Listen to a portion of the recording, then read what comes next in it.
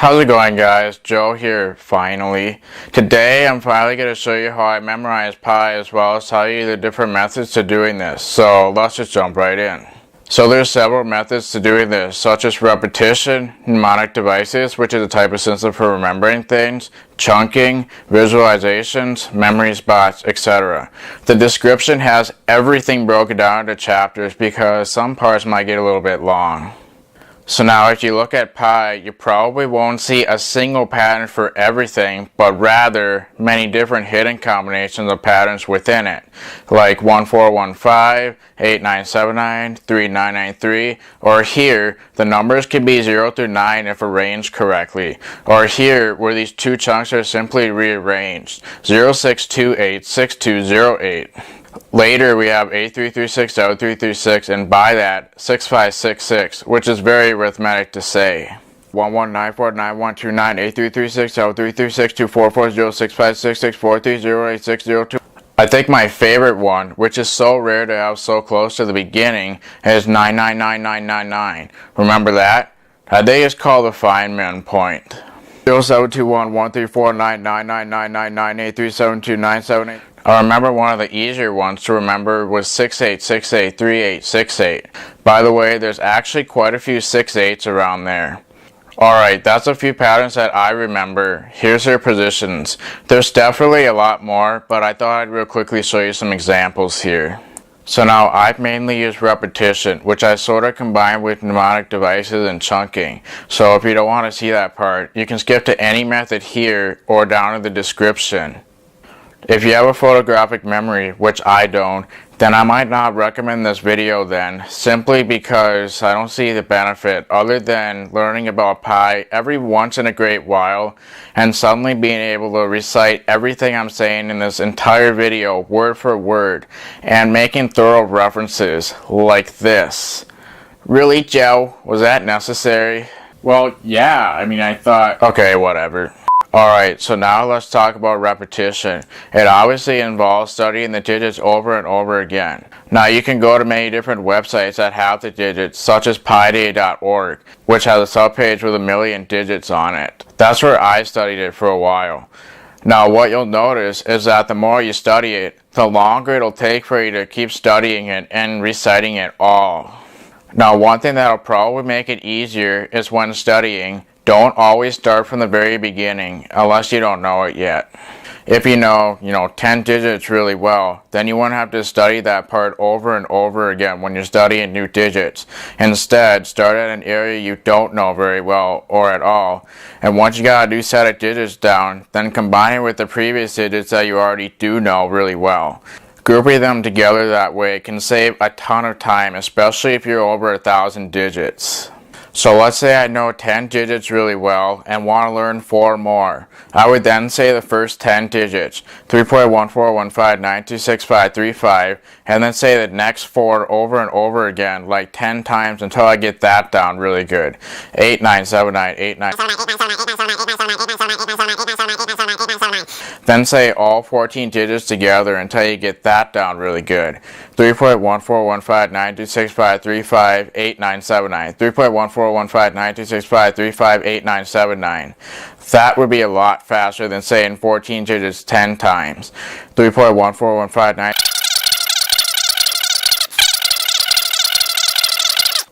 If you keep doing this every once in a while and adding new digits, you should get pretty good at it with practice.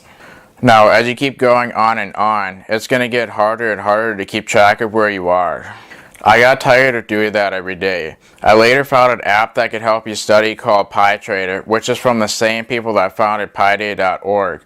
Unfortunately, it's down at the time of the recording. There's a lot of other resources available out there. Hopefully a new update will go up soon. Anyways, it basically allows you to quiz yourself on the digits that you know and learn more digits. You can make up to 3 mistakes before you have to start over. You could also view the digits of pi so that you can study and be ready for your quizzes. This is obviously designed for people that do repetition. But what I realized the other day though is that you can actually change your offset or starting position, which could be useful as you don't have to start at the beginning all the time. Unfortunately, the offset has to either be at the beginning or an offset of a multiple of 50, but it's still super useful if you study a lot. Unfortunately, it doesn't work with more than 1,000 digits, at least here, and it kind of glitches towards the end, which is kind of funny. Also, make sure you keep peace on Earth. So now, I like that offset positioning concept, so I actually decided to write my own program, which does basically that same system, but with any offset. You're not stuck with multiples of 50. Now it currently supports up to 1,000,000 plus 48,576 digits. That's how I've been studying Pi ever since. And yes, I'm very happy to be my own customer. So now this program is on my GitHub, so you guys can download it in the description. More on this later. You guys can actually generate more digits for the program to use, which I'll show you how to do as soon as I'm finished instructing how to show how to use the program. Now I'm doing 1,000,000 because, let's be honest, it's decently high, and the program has more delay the more digits you do. Suit yourself there.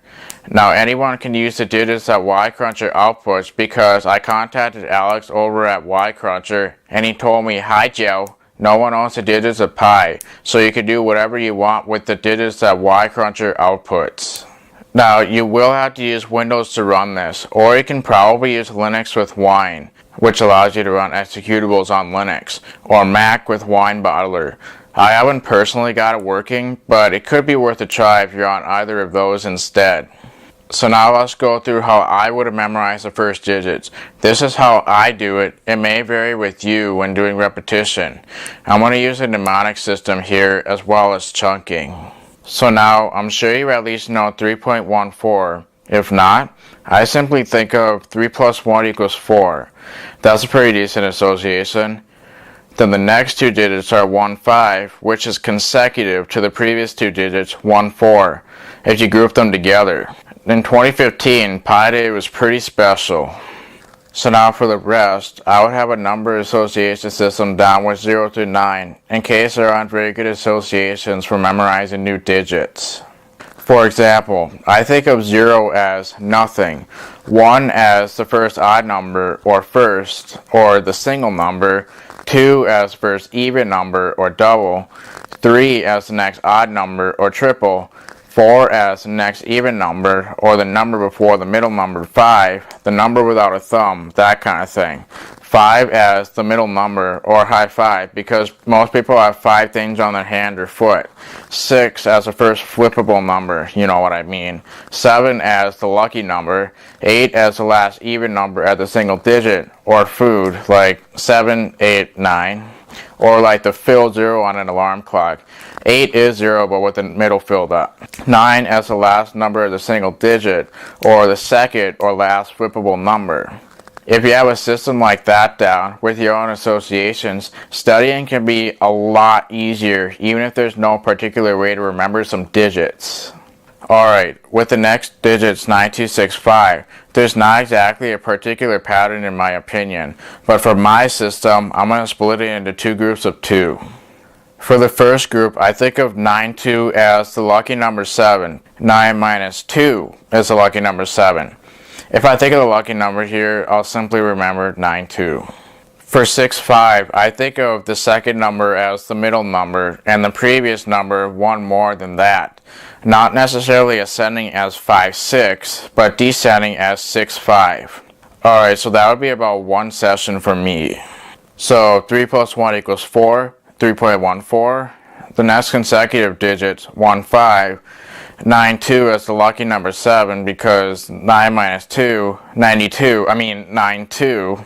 Then for 6, 5, first flippable number descending because it consists of 2 digits, so 6, 5. Therefore, 3.14159265. So I'll do one more group of 2 so that we get 10 digits.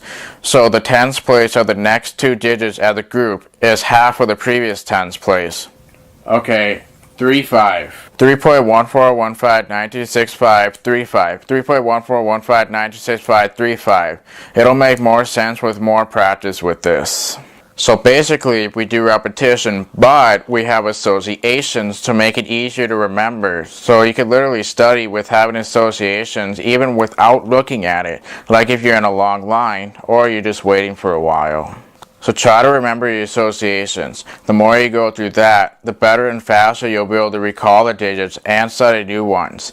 Eventually you might get so good at it that you'll literally be able to think and do other things simultaneously while reciting.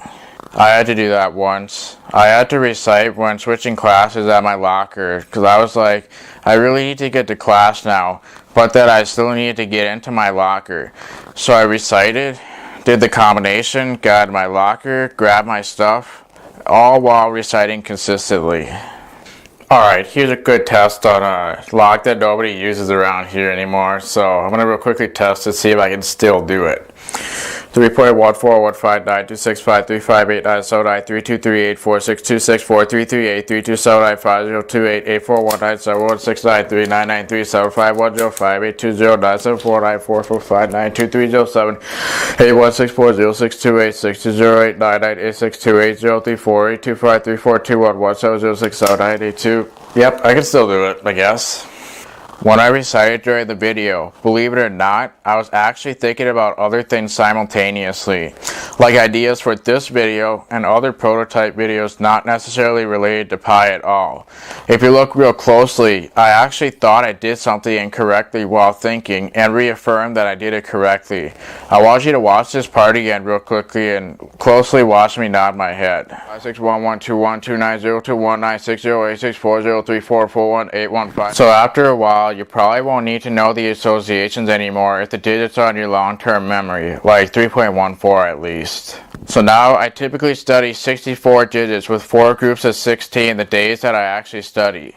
It typically takes about 20 minutes to a half hour. You can maybe start with 2 digits and gradually increase if you would like. Now last time I mentioned that I was at about 4,448 digits and don't quite have the order memorized yet.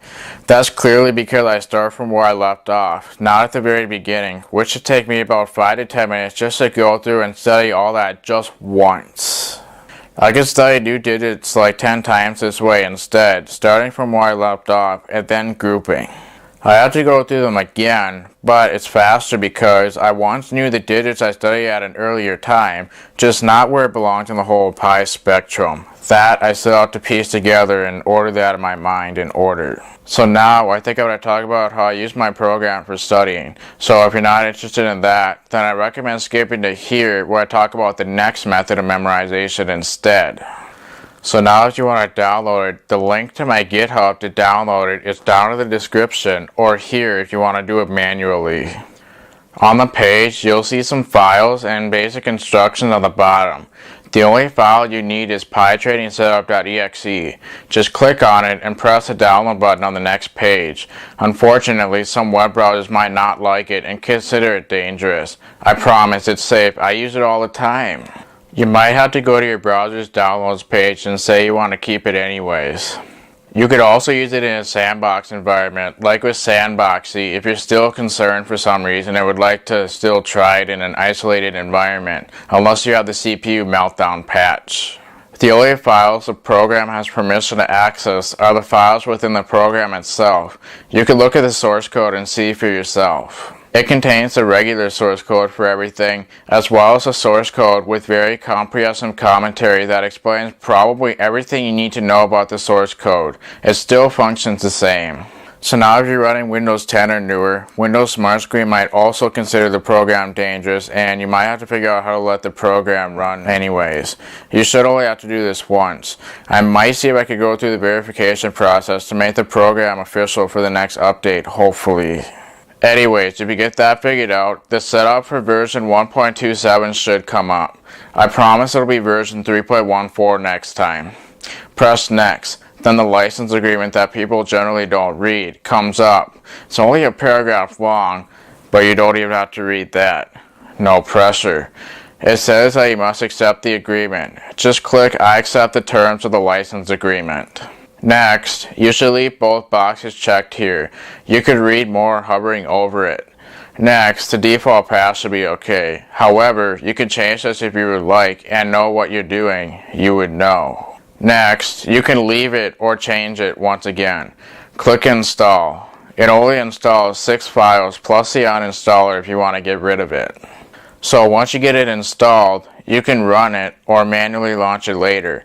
If you launch it on Windows 7 and newer generally, the program might not fully function correctly because there's a file that stores information like your offset and quantity, and the program simply doesn't have permission to update that file accordingly.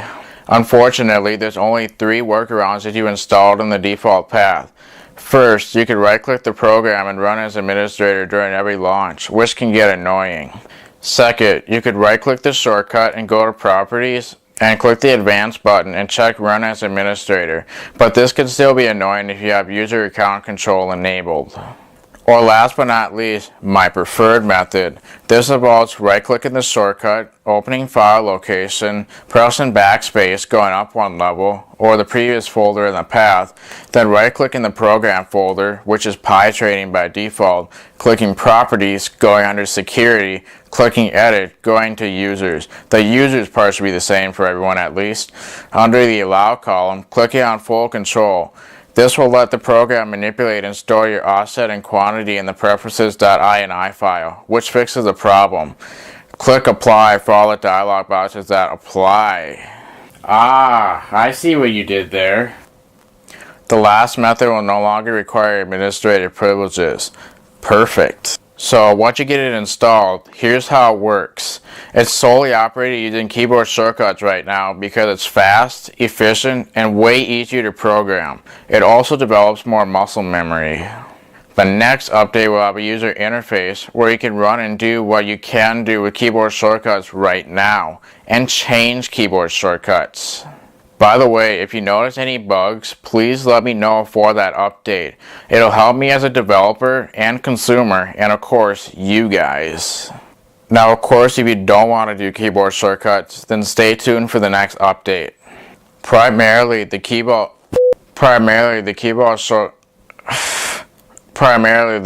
shortcuts involve the letters P and I because, of course, those are the letters of pi, helpful association.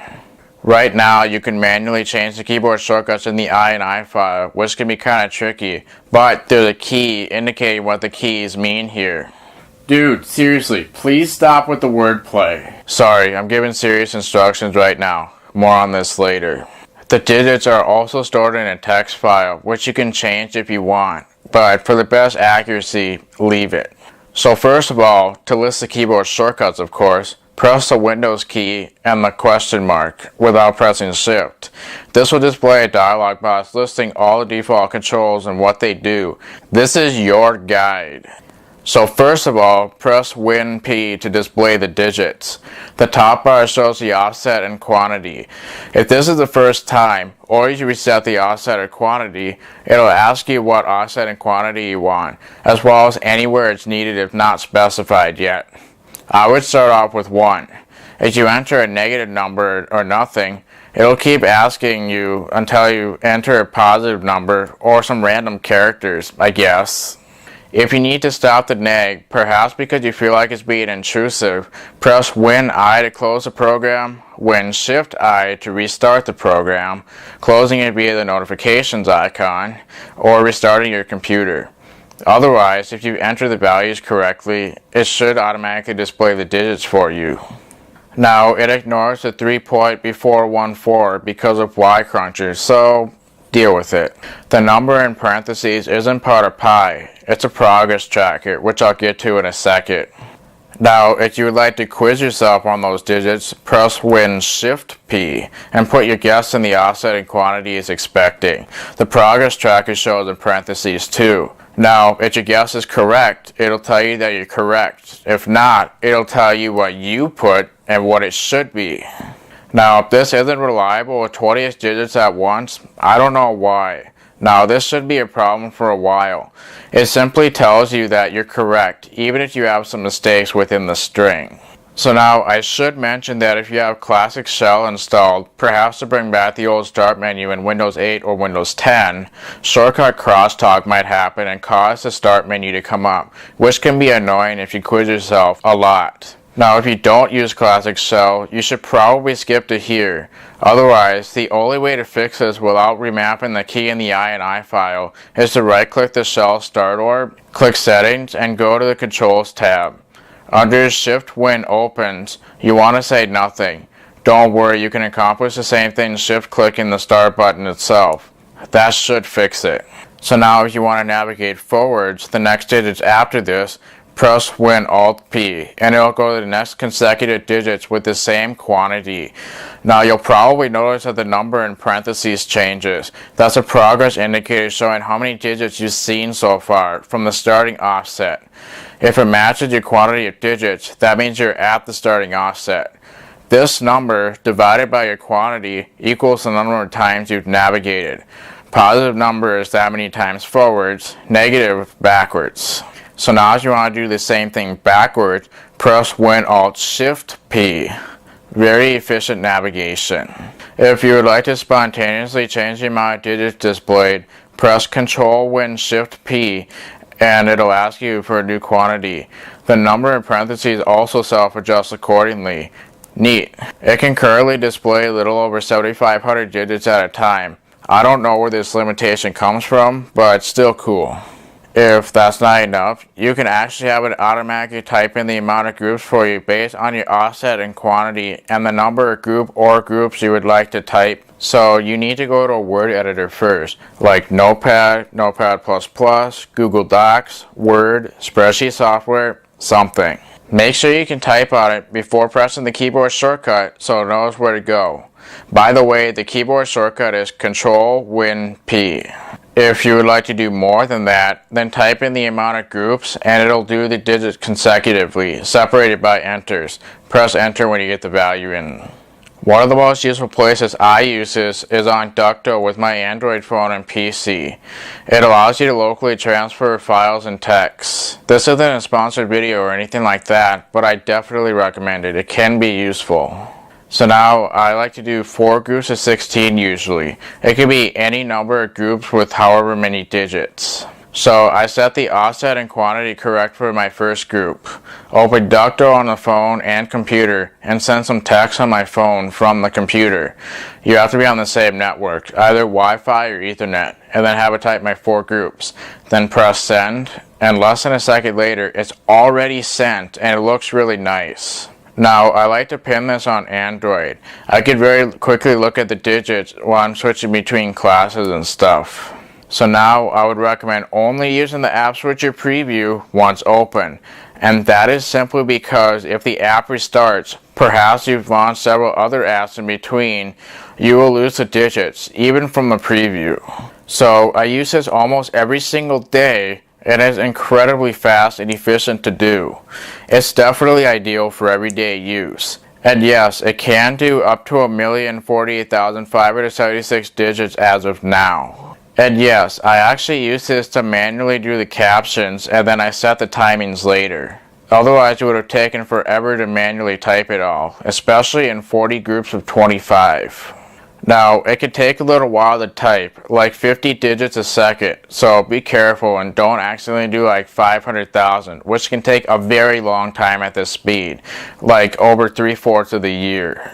If that happens, you can still move the mouse around and click, but you can't type. You can manually close it out in the notifications part of your taskbar or restarting your PC. Might be a good prank to pull, but I wouldn't be too harsh. You could also do as many groups as you want essentially. Alright, moving on. If you've navigated really far and would like to navigate back to your starting offset, press Ctrl Alt Win Shift P. That's pretty much all the modifier keys there. That brings you back to where you started at program launch. It'll return you to where you first started when starting the program. On the other hand, if you want to change your offset to your current offset or bookmark your position, press Ctrl Win Shift I. It's like changing the quantity one, but by pressing I instead of P. So this program also supports timers, which can be used in pretty much any situation actually. So if you want to set a timer, press Win Home and it'll bring up a dialog box to set a timer in minutes. This works with decimals too, so 0.5 would be 30 seconds essentially. If you want to enter the time in seconds instead, press Win Shift Home and it'll let you do it in seconds instead. Enter the time regardless and press enter. A message box comes up which confirms that you're ready to start. It tells you the amount of time too. You can press Ctrl-Win-Shift-Home to abort the timer at any given time. And yes, you can have as many timers as you want. Kind of fun to blow the notifications icons. It only takes me like a second to set a 20-minute timer, or any amount really. Very efficient. If you would like to quit the Pi program, press Win-I as I mentioned before.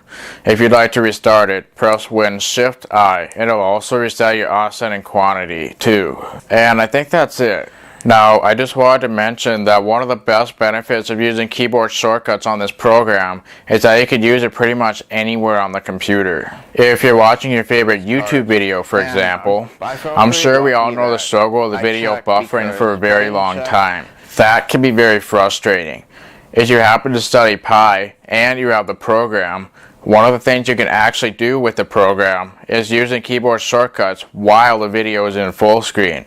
So waiting for your video to buffer isn't going to be an issue anymore. You can literally study and even quiz yourself on Pi, all while the video is loading until it stops buffering. This can help you a lot through very tough times like this. If you would like to generate more digits for it, you can use Y-Cruncher, download in the description. If not, skip to here. Otherwise, extract the files. Once you run it, press 3 and enter.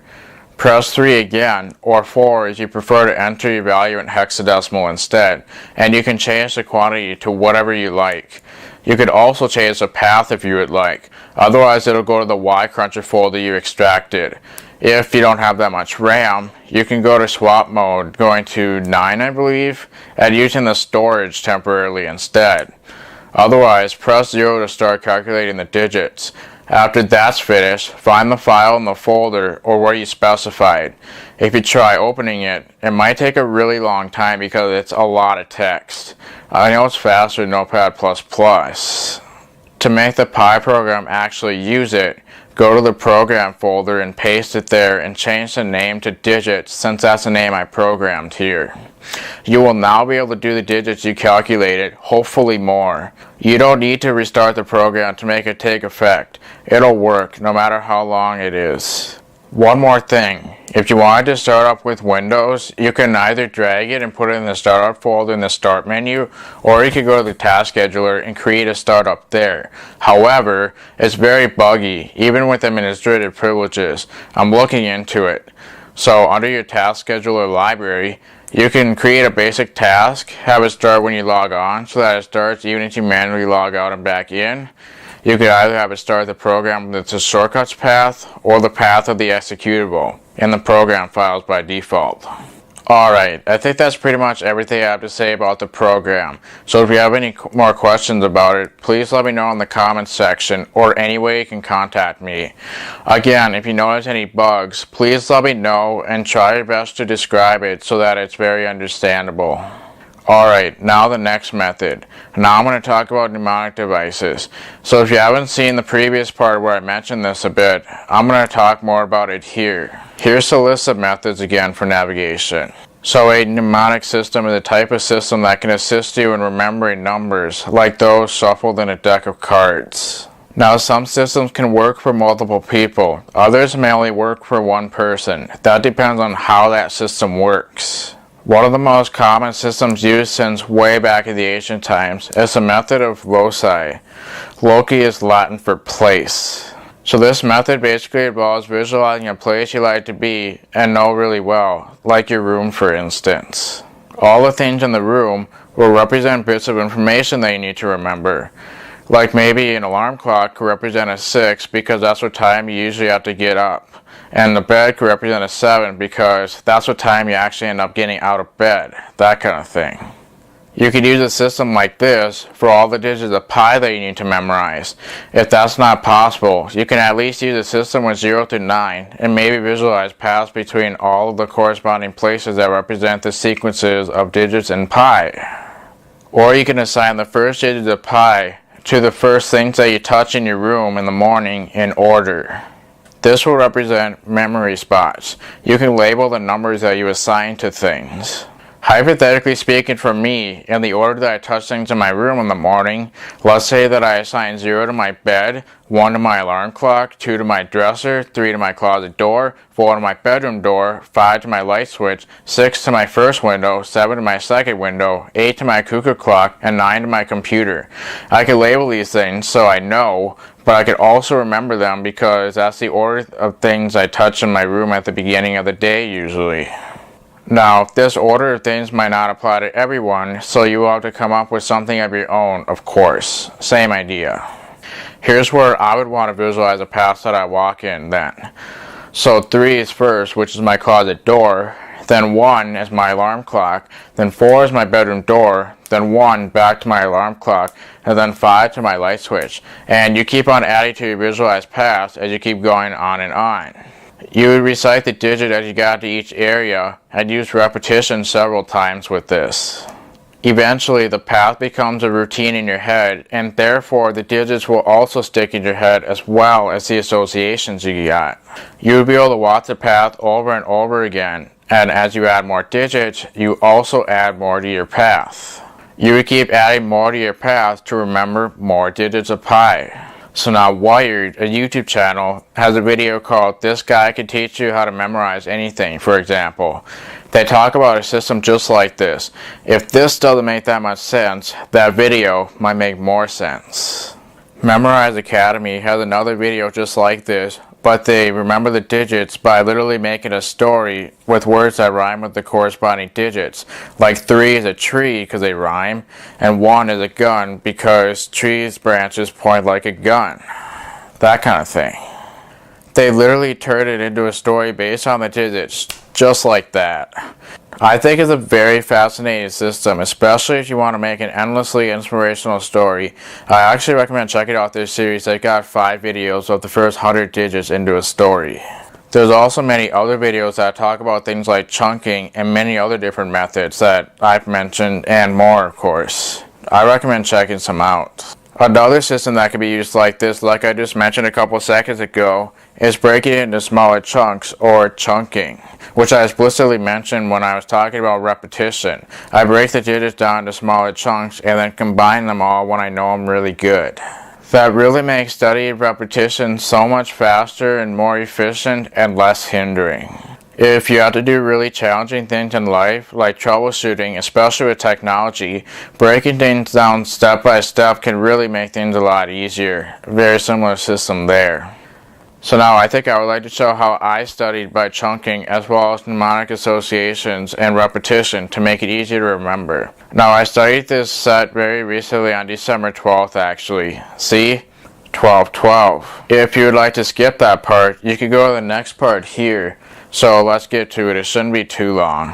So the 64 digits that I studied that day were at offset 3257, and the digits were 7120, 6280, 4390, 3975, 9515, 677, 1577, 00, 420, 337, 8699, 3600, 7230, 558, 31, 7635, 942187. So as usual, I will split it into 4 groups of 16 and then start. So let's take a closer look at these digits and see what we can grasp from that. So what I did here was I split this into 6 groups of 2 and assigned a tens and ones place to each. You'll notice then that every other group here is a multiple of 10 here. So first, let's take a look at the rest. So we get a closer look at 7-1, 6-2, and 4-3. It's almost a pattern. Actually, it sort of is technically. If the 4-3 is 5-3 instead, then the tens place would be decreasing 1 starting with 7, and the ones place would be increasing 1 starting with 1. That's noteworthy. So now we just have to have another association to remember that this one is 4-3 instead of 5-3. The tens place is 7 minus 1 minus 2. Technically it still is a pattern because here you're simply increasing what you subtract the tens place by doubling the previous constant. And of course this one is still 1 plus 1 plus 1. Okay, so we're starting with our lucky number and first number here, right?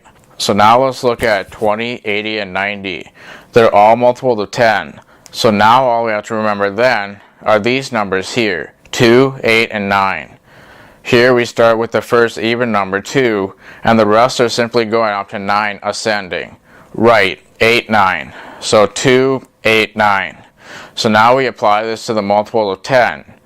Oh yeah, so you have 20, 80, and 90. 20, 80, 90. Aha! So now remember our first associations? Well, time to review that again. So first you start with the lucky and then the first number, 7, 1. And then descend and ascend, 6, 2. And then 4, 3. So now put the multiple to 10 in between everything here. So that gives us 712062804390. This involves repetition to remember that, of course, like maybe 15 times per group while associations are figured out. We have associations too, and of course it's a chunk that we just memorized. So the rest of the group is 3975. You split it again. 39 is the last number in the 30s, or where most months end, and 75 is 3/4 of 100. Therefore, 3975. And just like that, we went from 12 to 16 digits. We have 7120628043903975. So in our next group, first we'll do 9515. So to remember that this is how our next group starts, if you look at the previous two digits, 75, the ones placed are all 5. Oh wow, so now all we need to remember are these digits. So all these numbers here are odd numbers, as you can tell, right? So first of all, an odd number, or even number for that matter, are always determined by the ones place, right? So if I were to say count in odd numbers, you would say 1, 3, 5, 7, 9, and then the ones place simply keeps repeating 1, 3, 5, 7, 9, right? Well, we could use that same system here, starting with 7, going up, including 3 numbers total. So 7, 9, then 1. And that's the tens place. And remember, the ones place is all 5, or the middle number. So 7, 5, 9, 5, 1, 5, or 7, 5, 9, 5, 1, 5. And just like that, we have 4 more digits, and we figured out how to connect our 2 main chunks. Awesome. So now let's take a look at the next 8 digits. 67715770. Now that's a pure pattern there. Because if you don't notice, 67 minus 10 is 57. 71 minus 1 is 70. If you need to remember the numbers here, then we simply need to remember the numbers that can be plugged in to equate with the rest of the numbers here. For 6, 7, we got to remember, start with the first flippable number and then consecutively go up 1 here. For the 7, 1, you repeat that 7 and then the first number 1. And then you use that equation thing to fill in the rest, minus 10, minus 1, okay? So that's probably my favorite pattern so far here, other than the 999999, of course, and 68683868, which was easier to remember. So for the last 4 digits in the chunk, 0420, I simply think of 420. However, you can't forget that there's a 0 before the 420, unfortunately, so deal with it. Or you can think of the answer to life, the universe, and everything in between zeros. So that makes our second group. With the 7-5, connects 9515, 6771, 5770, 0420. So now we've already learned 32 digits somewhere in the 3000s, just like that. Alright, so for our next group, I'm going to do 4 groups of 4. They all start with 6, in a way. Just let me explain. So these groups right here do start with 6, but what about these ones? Well, you can add these 2 digits here and make 6, and multiply these 2 here. Alright, so knowing that, let's take a look at our first group. So if we combine 3 and 3, we get 6. And if they're the 6, that means the next 2 digits are consecutive, technically speaking. 6, 7, 8. Right, so then here we would extract the 6 to 3, 3. So 3, 3, 7, 8. Right, so our second group is 6993. Because we're starting with our first flippable number again, then the next digit is the last flippable number twice. And the last digit here is half of 6. So 6993 with 6007. 6 and 7 are consecutive, but we got to remember that there's zeros right in the middle. So 6007. With 2305, you multiply the 2 and 3 for yet another 6. So we basically have 605. the next digit descends down to 5, but we got to remember that it's 05 instead of just 5. So that's really 2305. Now for me, 23 is my lucky number, hence that part, and then the same 05 business there. And just like that, we already have 48 digits. Whoa. We got 33786993600072305. Our third group is our sixes group, doubling 3, hence third. And that's the connection there. With the last group, I'm also going to do 4 groups of 4s, starting with 5, just like the last digit. So that's how it connects there. After that, instead of starting with 6, 7, 8 consecutively ascending, we have 8, 7, 6 descending. So 5, 8, 7, 6. Okay, so the next group is half the same, 3, 1, 7, 6, instead of 5, 8, 7, 6. So the 3, 1 added together is 5 minus 1. Then 7, 6 after that again. So 3, 1, 7, 6, if that makes sense. Next, we have 3, 5, 9, 4. 35 is the legal age to run for presidency here in the U.S. Otherwise, it's the middle number in the 30s, basically. For 94, near here we have Highway 95. Subtract 1 here for 94. Otherwise, you could think of Windows 95 minus 1, if you know what that is. Otherwise, 100 minus 6, or 100 minus 5, then minus 1. Whatever, I really don't care. Then last but not least, 2187. First, I think of the first even number, then descending ones, then the last even number, descending ones. And that makes our last group of 5876, 3176, 3594, 2187. Now this all might have to be studied quite a bit to get the associations and numbers and chunks together in order, but I thought this was the fastest one I've ever encountered.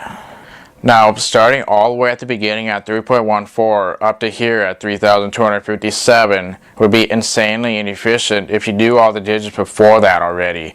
This way you can combine it later with chunking with the digits that you do know really good. That would be way easier to do and less time consuming and exhausting. I think this set only took like 10 or maybe even 5 to 15 minutes just to study this one and recite it from heart at a consistent speed. Typically, it takes about 25 to 30 minutes to study and do that. So I typically repeat the first 2 groups and then combine them once I know them each really good. And then I do the same thing for the last 2 groups, combine when I know them each really good. And then study the combined groups until I know them really good. And then when I know them really good, then I have it all as one big chunk here. And then of course I would combine it with the rest of the digits in the beginning. So I always set a 30-second timer or 1800-second timer, which doesn't take very long to set at all. So with all those associations in place, we've studied 64 digits just like that, which is incredibly insane. So that makes 71206280439755156700420337869936007230555876317635942187.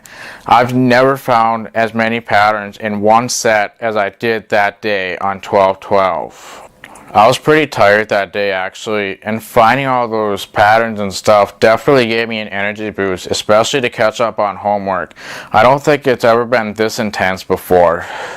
So that's how I do mnemonic systems and chunking with repetition.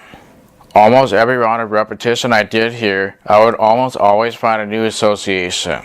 So this was maybe after the course of like 75 days with all the chunks I had at completely different places. It's usually not as easy to find associations as it was here for 64 digits. Chunking and associations can really make it easier to take in a lot more info at once by breaking it down. I hope the visuals on this video help in a very similar way. Similar technique there.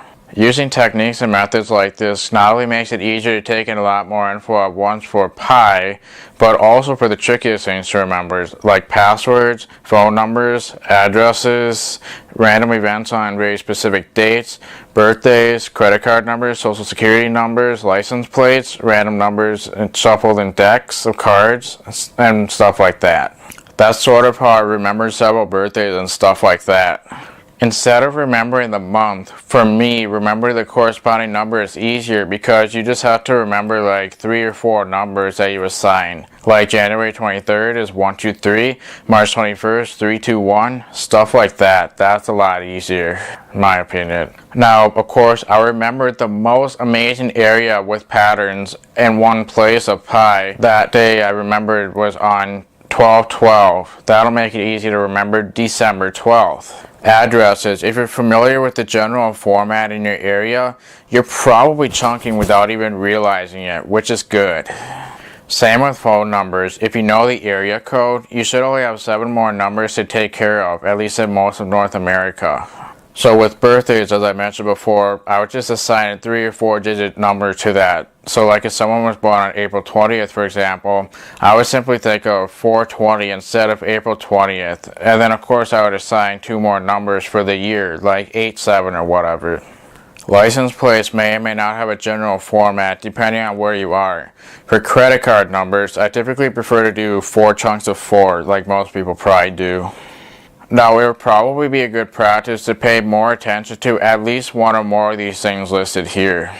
If you have a long password, for example, like 30 digits with random numbers and characters and letters, using mnemonic systems as well as maybe chunking to remember it might make it a lot easier to remember that password. Alright, so at this point, I think we covered some of the most important and basic techniques to memorizing pi and other things. So I think this and other videos on YouTube should cover pretty much anything you could possibly need to remember about pi and other things pretty good.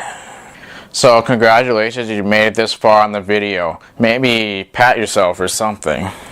So check out my program as well as others to help you study pi. If you notice any bugs in mine that I haven't really talked about, please let me know, or with others, explaining it to them. Also, maybe consider checking out my Google Plus so I can keep you posted more often if you'd like. Otherwise, if you have any questions, comments, or concerns, feel free to let me know in the comments section. I should be down there. Also, feel free to subscribe in case a new video comes out. And if you like the video, you know what to do. If you didn't, just do the opposite. So yeah, thanks for watching. I will see you next time, hopefully. Have a good one. Peace.